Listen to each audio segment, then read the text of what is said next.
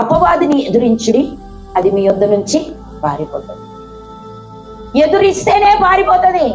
నువ్వు ఎదురిస్తున్నావని దానికి తెలవాలి. నువ్వు దాన్ని వెళ్ళగొడుతున్నావని దానికి తెలవాలి. నువ్వు దాంతో యుద్ధం చేస్తున్నావని, దాన్ని ఓడగొడుతున్నావని సాతానికి తెలవాలి. యేసు నామంలో నేను వెళ్ళగొడుతున్నానని చెప్పాలి. యేసు నామంలో నీకు అధికారం లేదు మా మీద, మా కుటుంబాల మీద, మా మీద అని చెప్పాలి. మనం అది చెప్పకపోతే ఏమంటారు తెలుసా?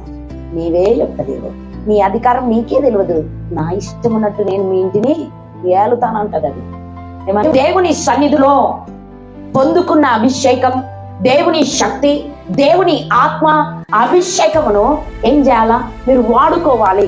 మీరు పొందుకున్న శక్తిని, మీరు పొందుకున్న అభిషేకాన్ని వాడుకోవాలి. వాడుకోకపోతే వేస్ట్ అయిపోతారు. సంఘానికి అధికారం ఇవ్వబడింది. నేను క్రీస్తు సంఘమును, క్రీస్తు బిడ్డను, నాకు అధికారం ఇవ్వబడింది. సాతానా, నా కుటుంబంలో పని చేయడానికి నీకేం అధికారము? ప్రకటించాలి. అప్పుడు ఏమైపోతుంది? వెళ్ళిపోతుంది. నోటితో ఏదైతే విడుదల చేస్తామో అది విడుదల చేయబడ్డది. నోటితో ఏది బంధిస్తామో అది బంధింపబడుతుంది.